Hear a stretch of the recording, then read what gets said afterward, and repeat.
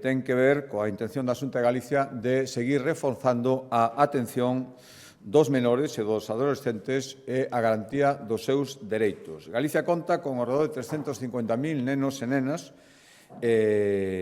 menores ata tamén na idade de adolescencia que necesita unha lei específica e que ata agora non a tiñan. É certo que había disposicións que se referían a eles, pero estaban desperdigados por varias leyes. Por lo tanto, ahora concentramos todos nesta lei de infancia e adolescencia e aproveitamos, ademais, para introducir novedades importantes. Hoxe, por lo tanto, acordamos iniciar a elaboración da futura e primeira Lei de Infancia e Adolescencia de Galicia, que o que busca é reforzar a atención e protección dos menores e poñer a infancia e a adolescencia no centro das políticas da Xunta de Galicia.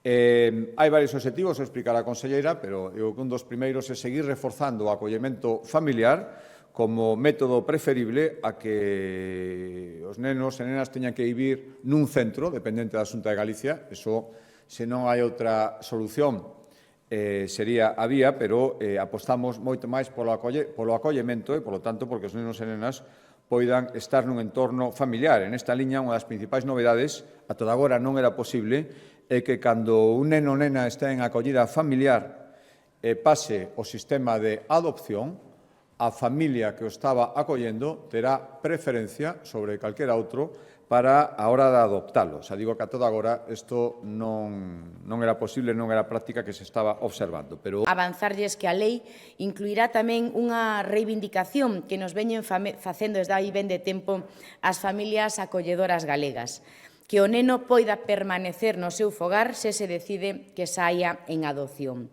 Galicia vai a regular por primeira vez o que chamamos a dobre valoración das familias acolledoras, que é unha demanda histórica de todas estas familias.